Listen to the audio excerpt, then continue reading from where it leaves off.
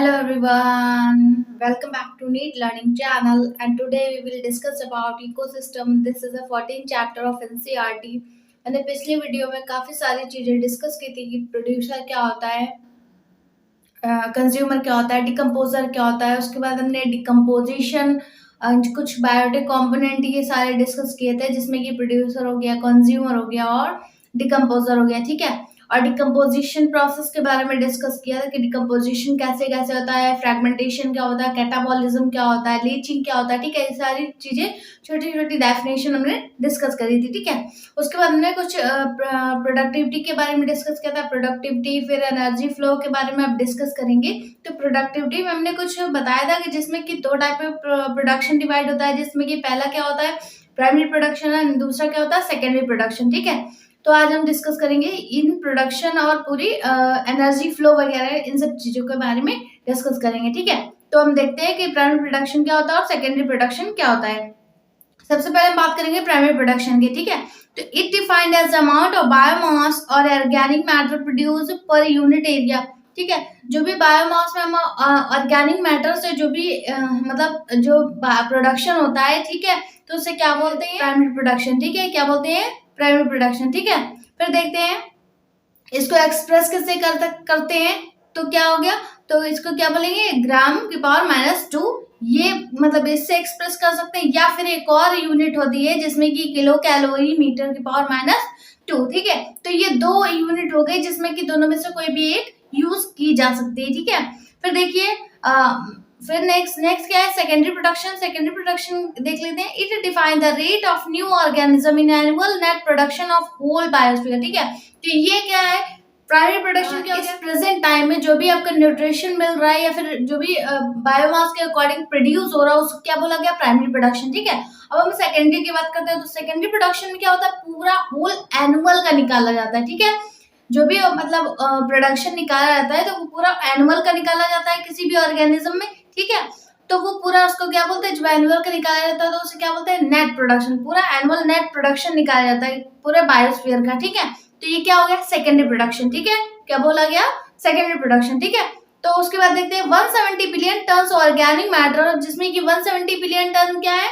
Organic matter है, और 55 billion ton क्या है ओशियन का पार्ट है। ठीक है, मतलब अगर टोटली पूरे एरिया की पूरी अर्थ की प्रोडक्शन की बात करें जिसमें कि 170 बिलियन किसका है ऑर्गेनिक मैटर का है।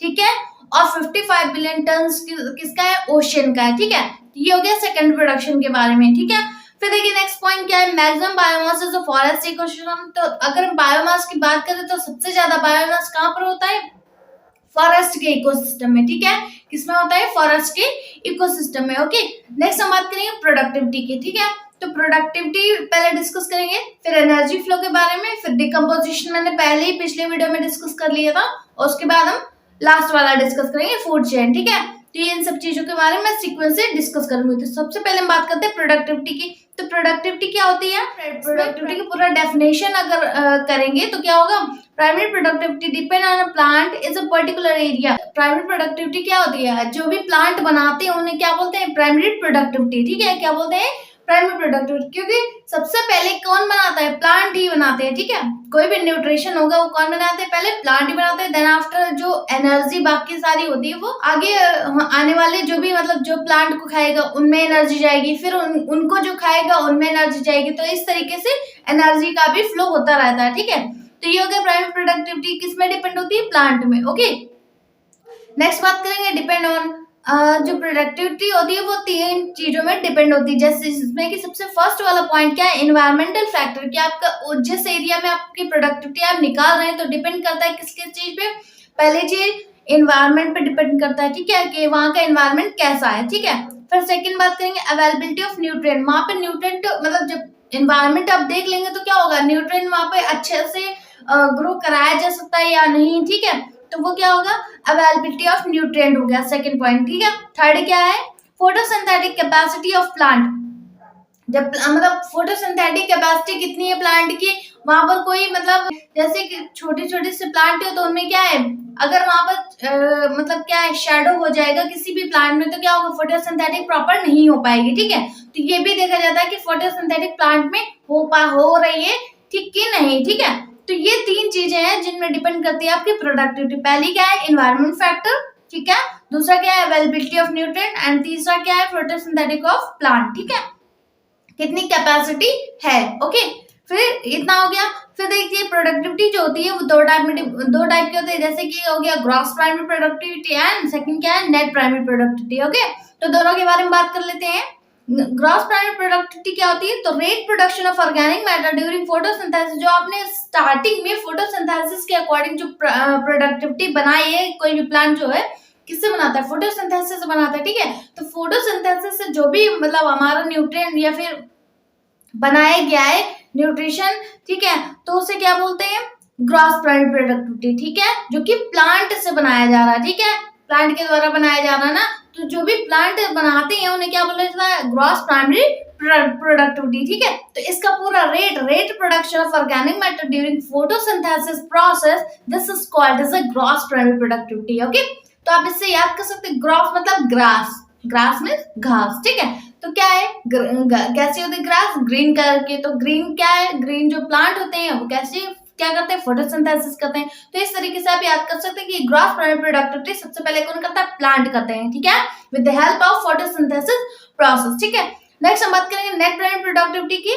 तो consider amount of GPP is utilized by the plant in a respiration is called as a net primary productivity, ठीक है। तो नेट प्राइमरी प्रोडक्टिविटी क्या होती है, जैसे कोई भी जो ग्रॉस प्राइमरी प्रोडक्टिविटी होती है जो कि प्लांट करते हैं फोटोसिंथेसिस से, ठीक है, तो वो क्या होती है, जब उससे आप रेस्पिरेशन, जो प्लांट के द्वारा रेस्पिरेशन हो रहा है, उसको जब हम ग्रॉस प्राइमरी प्रोडक्टिविटी से सबट्रैक्ट कर देते हैं तो हमें क्या मिल जाता है, पूरा नेट प्राइमरी प्रोडक्टिविटी मिल जाती है, ठीक है।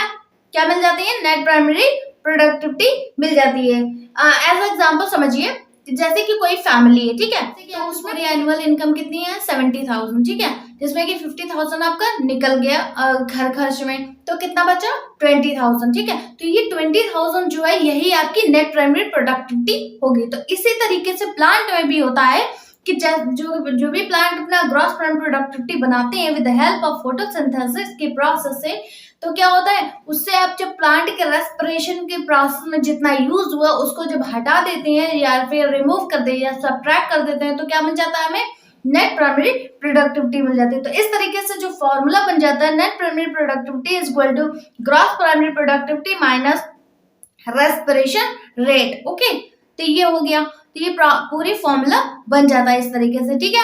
अब हम बात करेंगे एनर्जी फ्लो की, जो कि हमारा इसके बाद प्रोडक्टिविटी के बाद आपके क्या आया था, डिकम्पोजिशन, ठीक है। तो डिकम्पोजिशन को हमने पिछले वीडियो में डिस्कस कर लिया था। ओके, तो हम बात करेंगे एनर्जी फ्लो की, ठीक है। किसके बारे में बात करेंगे, एनर्जी फ्लो की।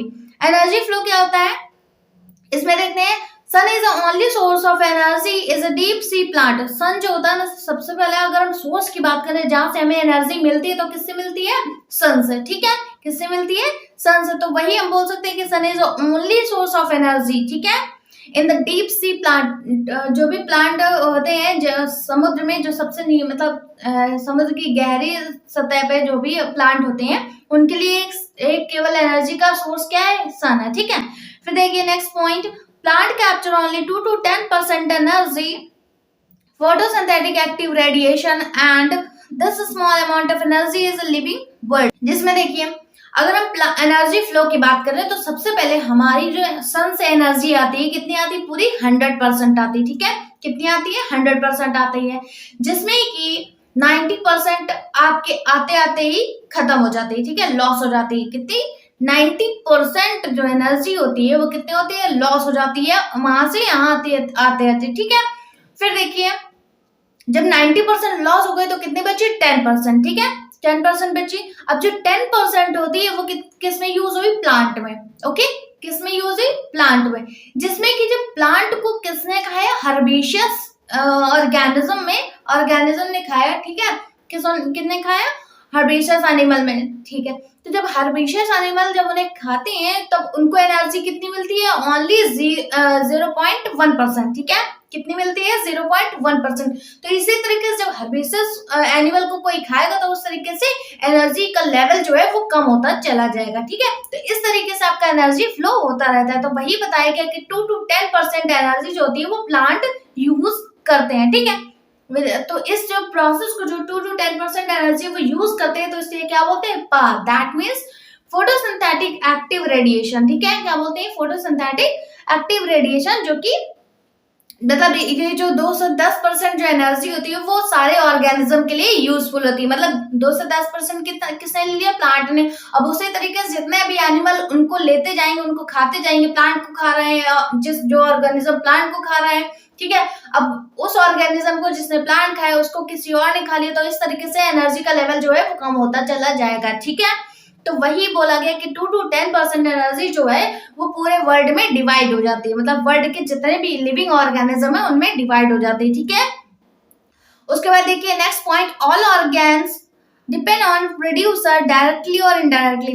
जो भी ऑर्गेन्स होते हैं, ठीक है, तो वो किस पे डिपेंड करते हैं, प्रोड्यूसर पे, ठीक है। किस में डिपेंड होते हैं, प्रोड्यूसर पे, मतलब प्लांट पे, ठीक है। जितने भी ऑर्गेनिज्म होते हैं वो किस में डिपेंड करते हैं, प्लांट पे, ओके।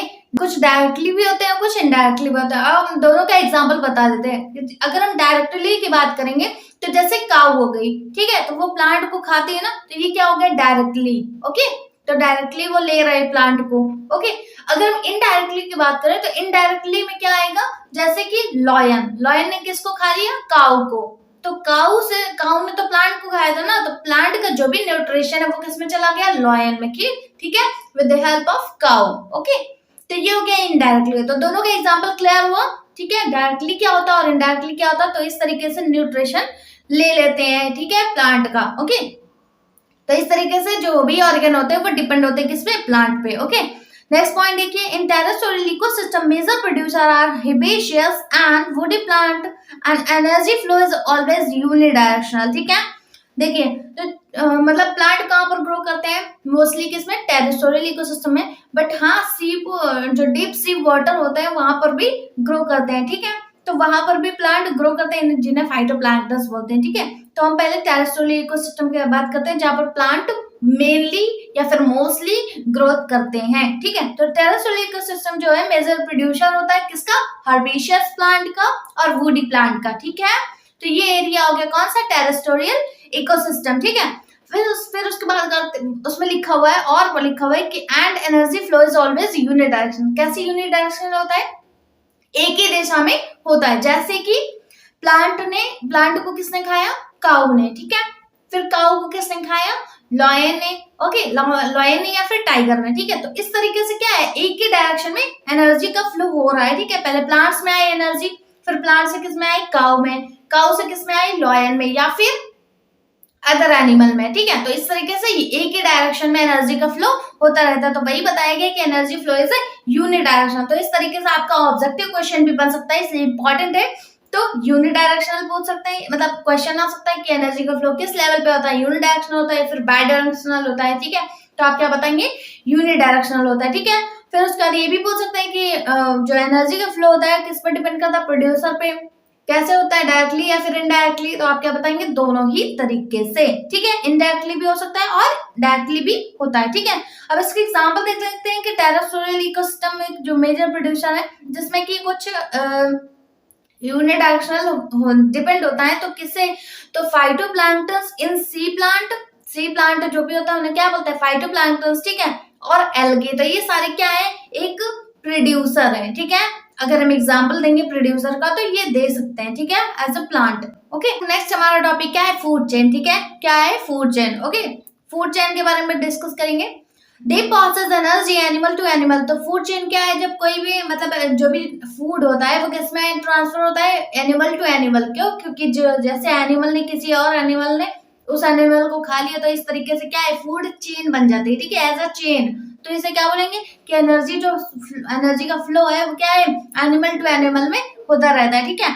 उसके बाद हम बात करेंगे जो फूड चेन होता है वो दो तरीके से होता है, कैसे, एक जीएफसी दैट एंड सेकंड कौन सा है, DFC. GFC means grazing food chain and DFC means detritus food chain, ठीक है। तो दोनों के बारे में बात करेंगे, जिसमें कि हम सबसे पहले बात करेंगे जीएफसी के बारे में, that means grazing food chain के बारे में। तो ग्राजिंग फूड चेन जो होता है वो लिविंग ऑर्गेनिज्म में होता है, जैसे कि इसमें देखिए कि सबसे पहले क्या है, ग्रास, ठीक है। ग्रास क्या है, एक प्रोड्यूसर है, ओके। तो ग्रास को कौन खा रहा है, गोट, ठीक है। गोट को किसने खाया, मैन ने। ओके, तो गोट क्या है, एक प्राइमरी कंज्यूमर है, ठीक है।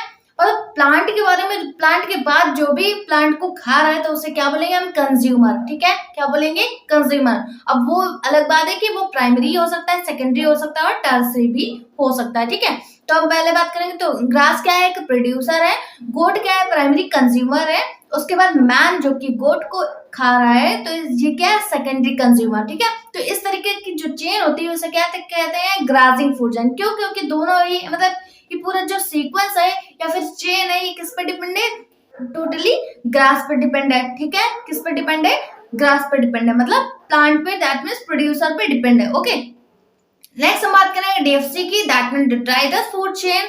इसके बारे में बात करेंगे, डिट्राइटस का मतलब क्या होता है, डेड, ठीक है।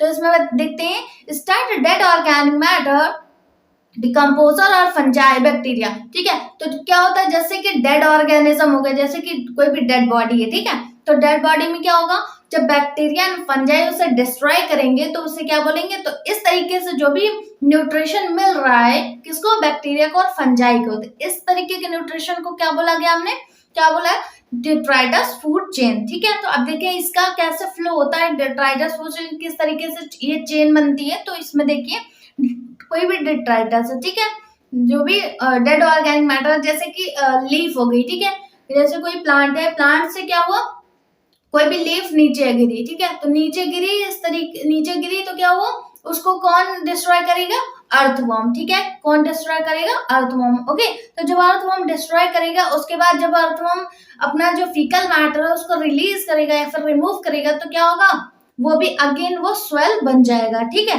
तो जब स्वेल बन जाएगा तो क्या होगा, ये पूरा डिट्राइटस हो गया, ठीक है, क्या हो गया, डिट्राइटस हो गया। ओके, अब इसमें देखिए डिट्राइटस जो है उसको किसने खाया, उसको अर्थवर्म ने खाया, ठीक है। तो अब अर्थवर्म को कौन खाएगा, बर्ड, ओके, फिर बर्ड को कौन खाएगा, हॉक, ओके।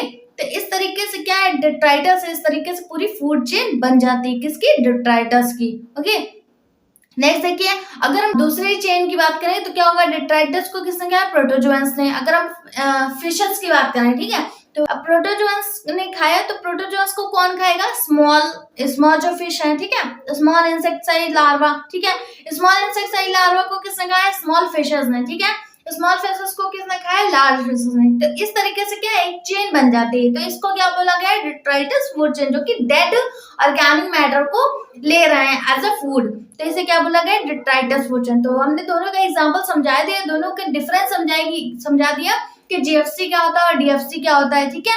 तो ये हो गया। ओके, नेक्स्ट हम बात करेंगे सेप्रोट्रोप्स की, ठीक है, क्या होता है सेप्रोट्रोप्स। तो decomposers create a digestive enzyme that break down dead and waste material into simple inorganic material, ठीक है। इसमें देखिए जो डिकम्पोजर होता है, जैसे कि बैक्टीरिया हो गया, फंजाई हो गया, ये क्या है, एक डिकम्पोजर है, ठीक है, किसी भी डेड ऑर्गेनिक मैटर को डिकम्पोज करते हैं या फिर डिस्ट्रॉय करते हैं, ठीक है, तो इन्हें क्या बोला जाता है, डिकम्पोजर, ठीक है। तो डिकम्पोजर जो होते हैं वो एक डाइजेस्टिव एंजाइम सिक्रीट करते हैं, जिससे कि जो डेड वेस्ट मटेरियल वो लेते हैं एज अ फूड, तो उसको किस में कन्वर्ट कर देते हैं, सिंपल इनऑर्गेनिक मटेरियल में, ठीक है, किस में कन्वर्ट कर देते हैं, सिंपल इनऑर्गेनिक मटेरियल में, ठीक है। तो ये क्या हो गया, कैसे ये कर पा रहे हैं, क्योंकि इनकी बॉडी से क्या डाइजेस्टिव एंजाइम सिक्रेट होता है, जो कि डेड ऑर्गेनिक मैटर को डिस्ट्रॉय करने में हेल्पफुल होता है, ठीक है, उसको सिंपल इनऑर्गेनिक में कन्वर्ट करने में हेल्पफुल होता है, ठीक है। तो इस तरीके से डिकम्पोजर को क्या बोलते हैं, सेप्रोट्रॉप्स, ठीक है, क्या बोलते हैं, सेप्रोट्रॉप्स, क्योंकि वो डेड ऑर्गेनिक पे डिपेंड होते हैं, ठीक है। उसके बाद हम बात करेंगे कि वो जो प्रोड्यूसर होता है, प्राइमरी कंज्यूमर होता है, सेकेंडरी कंज्यूमर होता है एंड टर्शियरी होता है, ठीक है। तो इसके बारे में पूरा डिटेल में डिस्कस करेंगे। जैसे कि सबसे पहले हम बात करेंगे प्रोड्यूसर की, ठीक है। तो प्रोड्यूसर क्या होता है, producer are autotrophs by photosynthesis process, जैसे कि जो हमने पहले ही बताया था कि प्रोड्यूसर क्या होते हैं, जो फोटोसिंथेसिस से अपना फूड बनाते हैं, जो कि सेल्फ डिपेंड होते हैं, तो उन्हें क्या बोला जाता है, मतलब अपना सेल्फ फूड बनाते हैं, तो उन्हें क्या बोला जाता है, प्रोड्यूसर, दैट मीन्स ऑटोट्रॉप्स, ठीक है। तो अब इसका एग्जांपल क्या हो गया, प्लांट, क्योंकि प्लांट ही अपना फूड बनाते हैं, ठीक है। ओके, तो ये प्लांट जो होते हैं वो ऑटोट्रॉप्स भी होते हैं, ठीक है। नेक्स्ट हम बात करेंगे प्राइमरी कंज्यूमर के, जो कि प्रोड्यूसर पे डिपेंड होते हैं, ठीक है। तो प्राइमरी कंज्यूमर या फिर हर्बीवोरस, ठीक है, तो इन्हें क्या बोला, दे आर फीड प्लांट, जो कि प्लांट को अपने फूड के फॉर्म में लेते हैं, ठीक है। तो उन्हें इसका एग्जांपल क्या हो गया, grass hopper, insect, rabbit and cow. ठीक है, तो ये कौन होते हैं?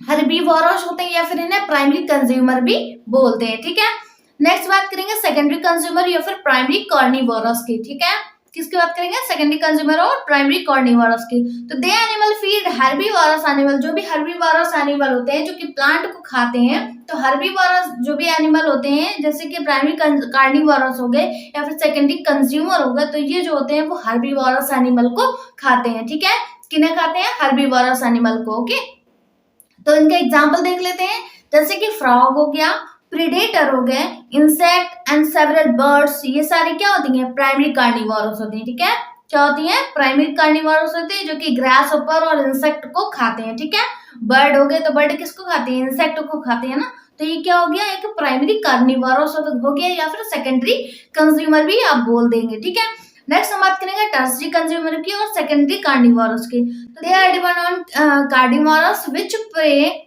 Upon primary carnivores. ठीक है, प्राइमरी कार्निवोरस को खाते तो इन्हें क्या बोला जाता है? टर्सरी कंज्यूमर या फिर सेकेंडरी कार्निवोरस। ठीक है, क्या बोलते हैं? टर्सरी कंज्यूमर और सेकेंडरी कार्निवोरस भी बोलते हैं। एग्जाम्पल देख लीजिए, तो shark and crocodile, tiger, peacock, eagle. ठीक है, तो ये सारे, जैसे ईगल हो गया तो किसको खाते हैं? स्नेक को। ठीक है, किसको खाते हैं? स्नेक को। ओके, तो ये सारे किसके एग्जाम्पल हो गए? टर्सरी कंज्यूमर या फिर सेकेंडरी कार्निवोरस के। ओके, नेक्स्ट हम बात करेंगे टॉप कार्निवोरस की। ठीक है, किसकी बात करेंगे? टॉप कार्निवोरस की। तो अगर हम टॉप कार्निवोरस की बात करेंगे जो कि सेकेंडरी कार्निवोरस को भी खाते हैं, जैसे कि एग्जाम्पल हम बात करेंगे लॉयन हो गया और मैन हो गया। ठीक है, किसकी बात करेंगे? लॉयन हो गया और मैन हो गया। ठीक है, तो देखिए लॉयन हो गया तो किसको खाते हैं? काऊ को खा लेते हैं। ठीक है, और किसको खा लेते हैं? डियर को खा लेते हैं। तो इस तरीके से क्या है, ये लॉयन जो होते हैं वो टॉप कार्निवोरस हो गया। जैसे मैन हो गया तो मैन किसको खा लेता है? गोट को खा लेता है, तो ये क्या हो गया? हेन को खा लेते हैं, तो ये क्या है?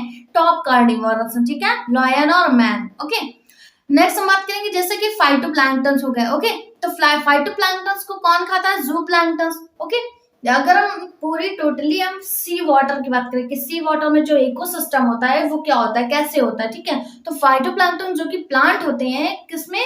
डीप सी वाटर में। तो प्लांट जो डीप सी वाटर में प्लांट होता है उन्हें क्या बोला जाता है? फाइटोप्लैंक्टन। ठीक है, तो फाइटोप्लैंक्टन को कौन खाता है? ज़ूप्लैंक्टन, जो कि स्मॉल इंसेक्ट होते हैं। ठीक है, तो ज़ूप्लैंक्टन जब खा लेते हैं, ज़ूप्लैंक्टन को कौन खाता है? पिकॉक। ठीक है, या ज़ूप्लैंक्टन को कौन खाता है? पिकॉक या फिर वोल्फ। ओके, अब इन्हें कौन खा रहा है? वॉल्फ को कौन खा रहा है? लॉयन। ठीक है, लॉयन को कौन खाएगा? अब जो लॉयन की डेड हो जाएगी तो कौन खाएगा? उसे डिस्ट्रॉय कौन करेगा? उसकी डेड, जब डेड बॉडी को डिस्ट्रॉय कौन करता है? फंजाई करता है या फिर बैक्टीरिया करते हैं। ठीक है, तो इस तरीके से क्या है, किसी भी जो भी बॉडी आई है इस अर्थ पे वो क्या है? डिस्ट्रॉय होगी। ठीक है, किसी ना किसी ऑर्गेनिज्म के द्वारा डिस्ट्रॉय जरूर होगी। ठीक है, नेक्स्ट हम बात करेंगे फूड चेन के बारे में। जैसे कि हमने अभी डिस्कस किया, तो फूड चेन के बारे में स्मॉल सी चीजें डिस्कस कर लेते हैं कि एग्जांपल में अगर हम डिवाइड करेंगे एरिया के बेस पे, तो फूड चेन जो होती है दो टाइप की होती है, जिसमें कि हो गया, एक हो गया टेरेस्टोरियल जो कि लैंड एरिया होती है, और एक हो गया पॉन्ड या फिर एक्वेटिक एरिया होती है। ठीक है, तो टेरेस्टोरियल की बात करेंगे तो क्या होगा, जैसे कि कोई ग्रास है तो ग्रास को कौन खा रहा है? Grass hopper, and grass hopper को कौन खाता है? फ्रॉग। ठीक है, फ्रॉग को कौन खाता है? स्नेक, एंड स्नेक को कौन खा रहा है? पिकॉक। तो इस तरीके से क्या है, ये फूड चेन है, मतलब चेन के तरीके एक बंदी चली जाती है। ठीक है, नेक्स्ट हम बात करेंगे पॉन्ड एक्वेटिक के लिए।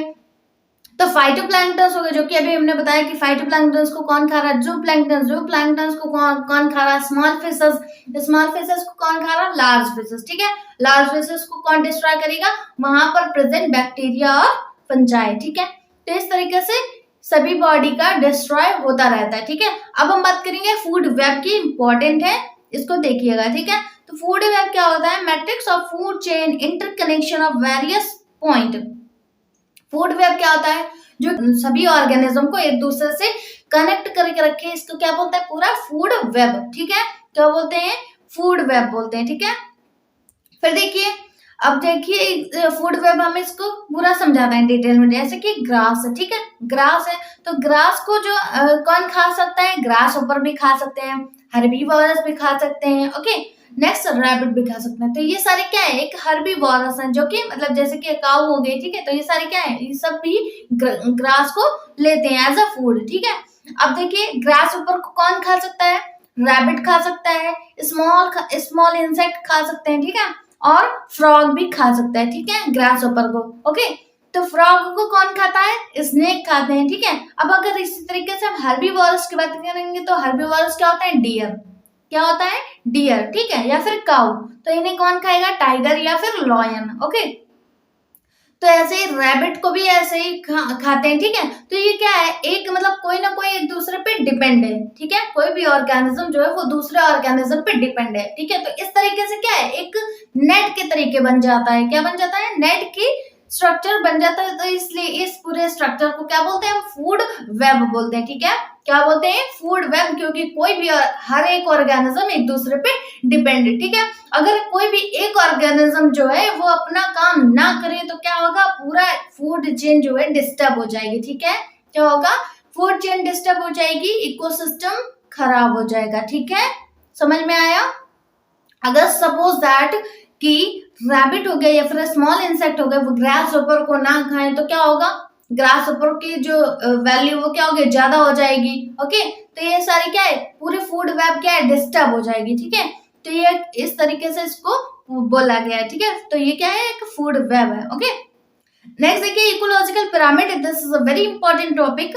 एंड जो इकोलॉजिकल पिरामिड होता है वो किसने दिया था, इल्टोनियन, इसको इल्टोनियन पिरामिड भी बोलते हैं। क्यों, क्योंकि इसको जो साइंटिस्ट ने इस पूरे पिरामिड को दिया था उनका नाम क्या था, चार्ल्स इल्टन, ठीक है, क्या नाम था, चार्ल्स इल्टन। ओके, इसलिए इसे इल्टोनियन पिरामिड भी बोलते हैं, ठीक है।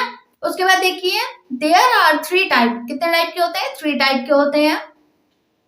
तो जैसे सबसे पहले हम देखते हैं पिरामिड ऑफ नंबर की, पिरामिड ऑफ नंबर की बात करेंगे तो क्या होता है, pyramid made upper side upright. जैसे कि कोई भी पिरामिड होता है तो ये जो अभी हमने बताया, प्रोड्यूसर हो गया, कार्निवोरस हो गया, डिकम्पोजर हो गया, ठीक है, वो क्या हो गया, इस तरीके से पूरा जो पिरामिड होता है वो बनता चला जाता है। जिसकी वैल्यू ज्यादा होती है वो बेस पे रहता है, उसके बाद उससे कम वैल्यू वाला रखा जाता है, उसके बाद उससे कम वैल्यू वाला रखा जाता है। तो इस तरीके से वो क्या बन जाता है, पिरामिड बन जाता है, ठीक है।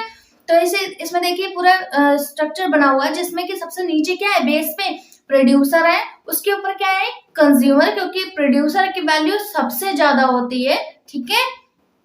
फिर उसके बाद कंज्यूमर की होती है, फिर उसके बाद किसकी होती है, कार्निवोरस की, ठीक है। तो इसीलिए जिसकी वैल्यू सबसे ज्यादा होती है उसको हम बेस पे रखते हैं, जिसमें कि प्रोड्यूसर जो है सबसे नीचे रखा हुआ है, ठीक है। फिर उसके ऊपर क्या है, कंज्यूमर रखा हुआ है, फिर उसके बाद क्या है, कार्निवोरस, ठीक है। तो ये क्या है, मतलब किसका पिरामिड है, टेरेस्ट्रियल इकोसिस्टम का पिरामिड है, ठीक है, मतलब लैंड एरिया का पिरामिड है, ठीक है। तो ये कैसा बनता है, अपराइट बनता है, ठीक है। इस तरीके से क्वेश्चन भी आता है कि टेरेस्ट्रियल इको मतलब या फिर पिरामिड ऑफ नंबर का जो पिरामिड होता है वो किस तरीके का बनता है, तो आप क्या बताएंगे, अपराइट बनता है या फिर अपर साइड पे बनता है, ठीक है, ओके, ऊपर की तरफ बनता है, ठीक है। तो फिर उसके बाद बात करेंगे पिरामिड ऑफ बायोमास की, ठीक है, पिरामिड ऑफ बायोमास की। नंबर क्लियर हो गया, ठीक है, मतलब कोई भी स्पीसीज है उसका पूरा वैल्यू डिसाइड करेंगे कि सबसे ज्यादा वैल्यू किसकी है तो उसको सबसे नीचे रखेंगे। तो इस तरीके से जब नंबर वाइज हम किसी भी चीज को डिवाइड करते हैं, ठीक है, तो उससे क्या बोलते हैं, तो जब जो उस नंबर के तरह अकॉर्डिंग में पिरामिड जो बनता है उसे क्या बोलते हैं, पिरामिड ऑफ नंबर, ठीक है। अब हम बात करेंगे पिरामिड ऑफ बायोमास की। तो top carnivorous pyramid is always inverted. इसमें क्या होता है, जो पिरामिड ऑफ बायोमास होता है वो क्या होता है, टॉप कार्निवोरस के लिए होता है, जिसमें कि एग्जांपल की बात करेंगे तो मतलब ये कैसा होता है, पिरामिड ऑफ बायोमास जो होता है वो मेनली कैसा होता है, इन्वर्टेड होता है, ठीक है, कैसा होता है, इन्वर्टेड होता है, ना कि इरेक्ट, ठीक है, कैसा होता है, इन्वर्टेड होता है। ओके, फिर देखिए एग्जाम्पल में देखिए जैसे कि सी पिरामिड, जैसे कि मतलब आप किसका एग्जाम्पल ले रहा है, सी इकोसिस्टम का। तो सी इकोसिस्टम का जब एग्जाम्पल लेंगे तो उसका पिरामिड जब आप बनाएंगे कैसा होगा, एक्वेटिक है तो मतलब कैसा होगा, इन्वर्टेड होगा, ठीक है, कैसा होगा, इन्वर्टेड होगा। ओके, नीचे की तरफ होगा, ठीक है, किसका होगा, किसकी तरफ होगा, नीचे की तरफ होगा, तो इन्वर्टेड होता है, ठीक है। अगर हम टेरेस्ट्रियल की बात करें तो वो कैसा होता है, अपराइट होता है, जिसमें कि पिरामिड ऑफ नंबर अभी हमने बताया, ठीक है। तो ये हो गया कि कौन सा पिरामिड ऊपर बन रहा है, कौन सा पिरामिड नीचे बन रहा है, तो इस तरीके से आपको लर्न करना पड़ेगा, ठीक है। नेक्स्ट हम थर्ड की बात करेंगे, पिरामिड ऑफ एनर्जी की। एनर्जी का फ्लो किस तरीके से होता है, तो देखिए 10% of energy flow transfer law of food chain was given by Lindeman, pyramid is upright, ठीक है। पिरामिड ऑफ एनर्जी का अगर हम पिरामिड की बात करेंगे तो वो कैसा होता है, अपराइट होता है, ठीक है, कैसा होता है, अपराइट होता है, ठीक है। और जो एनर्जी फ्लो होता है वो किसके बेस पे डिवाइड होता है, एनर्जी फूड चेन के बाद, फूड चेन के बेस पे आपका जो एनर्जी फ्लो होता है वो डिवाइड होता है, ठीक है, या डिस्ट्रीब्यूट होता है, ठीक है। तो एनर्जी जैसे होगी, मतलब जिस तरीके से आप ऑर्गेनिज्म में ट्रांसफर होते रहती है, इसे क्या बोलते हैं, एनर्जी फ्लो बोलते हैं, ठीक है। तो 10% एनर्जी जो होती है वो सभी ऑर्गेनिज्म में डिवाइड होती रहती है, ठीक है, आगे बढ़ती चली जाती है, ठीक है। एनर्जी फ्लो लॉ जो है वो किसने दिया था, या फिर लॉ ऑफ फूड चेन किसने दिया था, तो लिंडमान ने दिया था, ठीक है। तो इस तरीके से आपसे क्वेश्चन भी बन सकता है कि लॉ ऑफ फूड चेन किसने दिया था, तो आप क्या बताएंगे, लिंडमान साइंटिस्ट ने दिया था, ठीक है, ओके। नेक्स्ट हम बात करेंगे इन्वर्टेड पिरामिड की। तो ये हमने इंपॉर्टेंट पॉइंट के तरीके बता दिया है कि इस तरीके से आप लर्न कर सकते हैं कि अगर हम स्पेशली आप इस तरीके से लर्न कर लेंगे कि अगर इन्वर्टेड पिरामिड की बात करेंगे तो पिरामिड ऑफ बायोमास, जो कि सी का बायोमास होता है, ठीक है, उसका जो पिरामिड बनता है वो कैसा होता है, इन्वर्टेड होता है, ठीक है।